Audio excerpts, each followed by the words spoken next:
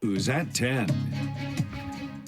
Good evening, dear friends. Greg Merriweather here with you. My partner Liz has the night off. We know the capital city full of history, and on this MLK Day, we look at that legacy that brushed up with parts of Baton Rouge. Our Lester Dewey is here with that. Lester.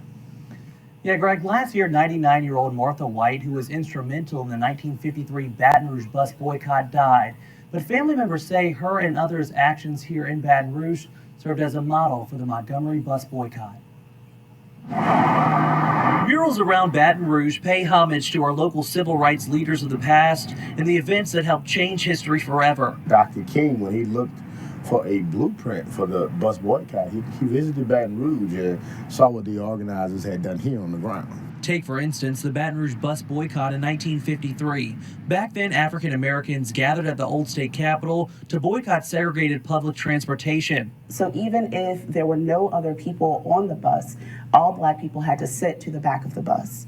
And if there was a white person who wanted to take that seat that you had, they could do so. Black people were forced to stand, even if seats in the so-called white section of the bus were empty.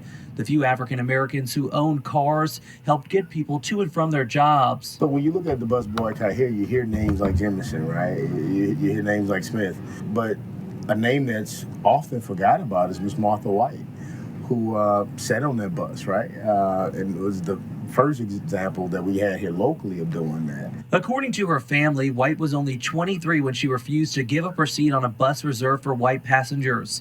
The driver threatened to have the group of women arrested, but then was told about a city council ordinance to desegregate buses that was passed. This moment put Dr. Martin Luther King Jr. on notice. And found out like best practices, how was it executed, talked with Reverend Jemison and other community leaders to get a better understanding of how to implement something so momentous. There are plenty of images and landmarks around town reminding us of that history, including an exhibit at the Capitol Park Museum downtown. It is something that really highlights Baton Rouge and the fact that we have not been passive participants in the civil rights movement. 8 days after Miss Martha's bravery, bus leaders responded with more favorable conditions for African American passengers.